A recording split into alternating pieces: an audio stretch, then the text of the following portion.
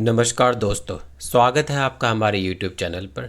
आज हम बात करेंगे बृहस्पति का गोचर 14 मई 2025 को रात 11:20 पर मिथुन राशि में होने जा रहा है। और यह मीन राशि के जातकों के लिए एक महत्वपूर्ण ज्योतिषीय घटना है। इस गोचर के दौरान बृहस्पति अतिचारी होने वाले हैं, यानी उनकी गति जो है सामान्य से तेज होने वाली है, तो उनका प्रभाव भी जो है वो तेज होगा। तो ये परिवर्तन मीन राशि के लिए कई क्षेत्रों में प्रभाव डालेगा, जैसे करियर, स्वास्थ्य, धन, प्रेम, जीवन और आध्यात्मिक विकास के बारे में भी। तो चलिए शुरू करते हैं और बात करते हैं मीन राशि पर बृहस्पति के गोचर का 14 मई 2025 से क्या प्रभाव पड़ने वाला है। तो सबसे पहले हम बात करेंगे पारिवारिक जीवन और भावात्मक स्थिरता के बारे में। तो बृहस्पति का ये जो गोचर है मीन राशि के चौथे भाव में होने जा रहा है। चौथे घर की बात कर रहा हूँ मैं कुंडली में।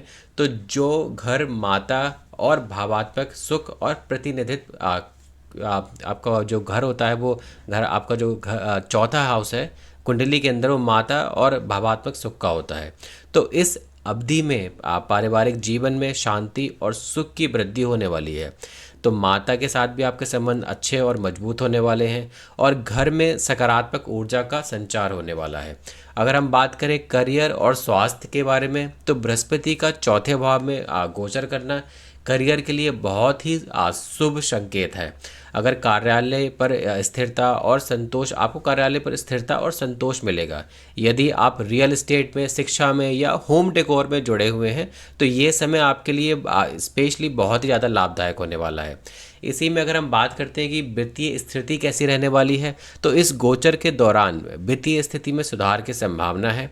घर से संबंधित निवेश, जैसे कि संपत्ति खरीदना या नवीनीकरण कराना, आपके लिए बहुत लाभकारी हो सकता है। हालांकि अतिचारी जो बृहस्पति है, उसके कारण आपके जो खर्चों में है थोड़ी वृद्धि हो सकती है। तो इसलिए जो भी काम करें उसका बजट बनाने के बाद ही करें, अनावश्यक किसी प्रकार का खर्चा ना करें। अब हम बात कर लेते हैं कि प्रेम और वैवाहिक जो जीवन है वो कैसा रहने वाला है। तो प्रेम जीवन में स्थिरता और संतुलन बना रहेगा।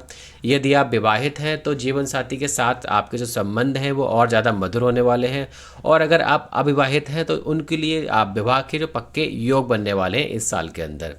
अब हम बात कर लेते हैं स्वास्थ्य की दृष्टिकोण से कि कैसा रहने वाला है। तो ये समय स्वास्थ्य के लिए सामान्य रहेगा। हालांकि मानसिक शांति और आप बनाए रखने के लिए आपको थोड़ा ध्यान और योग का अभ्यास करना चाहिए।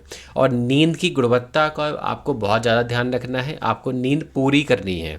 अब हम बात कर लेते हैं कुछ उपाय और कुछ सावधानियां जो आपको इस साल के अंदर बरतनी पड़ेंगी, जिसमें हम पहले बात करते हैं कि भगवान विष्णु की जो आराधना है वो आपको करनी होगी।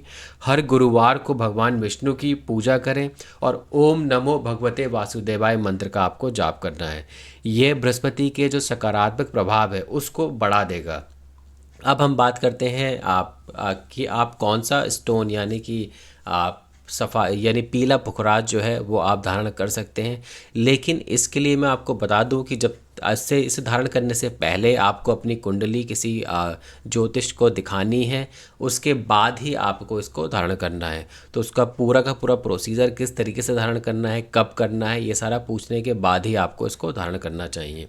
तो ज्योतिषीय सलाह के बाद पीला पुखराज धारण करना शुभ रहेगा। यह बृहस्पति की ऊर्जा को संतुलित करेगा और जीवन में आपके समृद्धि लेकर आएगा।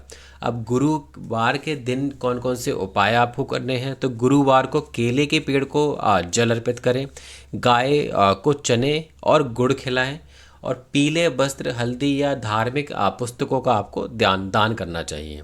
तो अगले एक वर्ष की जो योजना है, किस तरीके से आपको योजना बनानी है, तो इसके बारे में भी हम बात करते हैं। तो सबसे पहले कि करियर को आप किस तरीके से योजना बनाकर आपको चलनी है। तो कार्यस्थल पर स्थिरता बनाए रखें और नए अवसरों के लिए तैयार रहें। यदि आप घर से संबंधित व्यवसाय में हैं तो यह समय विस्तार के लिए आपके लिए बिल्कुल उपयुक्त है। अब पारिवारिक समय जो है आपके लिए, तो पारिवारिक के साथ समय बिताएं और घरेलू मामलों में आपको पूरी की पूरी भागीदारी देनी है। माता पिता के साथ संबंधों को मजबूत बना के चलना है। मानसिक स्वास्थ्य के लिए आपको योग, ध्यान और प्राणायाम को दैनिक जीवन में शामिल अवश्य करना है। ये मानसिक शांति और संतुलन बनाए रखने में आपकी मदद करेगा। अगर हम बात करें वित्तीय स्थिति की, तो बजट बनाकर चलना है आपको। किसी भी तरीके का अनावश्यक खर्चा जो है आपको नहीं करना है इस साल के अंदर। तो कुछ सावधानियां हैं जो आपको लेनी चाहिए, प्रिकॉशंस हैं। तो जल्दबाजी में कोई निर्णय ना लें, स्वास्थ्य की आप बिल्कुल भी अनदेखा ना करें, और विशेषकर मानसिक स्वास्थ्य का आपको बहुत ज़्यादा ध्यान रखना है। तो नकारात्मक सोच और आलस से आपको दूर रहना है। तो बृहस्पति का मिथुन राशि में जो गोचर है ये जातकों के लिए सकारात्मक बदलाव लेकर आ रहा है। यदि आप उचित योजना, सतर्कता और आध्यात्मिक अभ्यास के साथ इस समय का सदुपयोग करते हैं तो ये वर्ष आपके लिए समृद्धि, शांति का स्रोत बनकर आया है। तो आज का इस वीडियो में इतना ही है।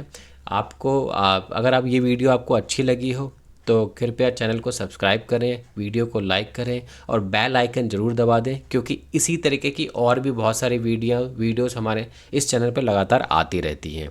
तो आज के लिए इतना ही। आप जय श्री राम, धन्यवाद।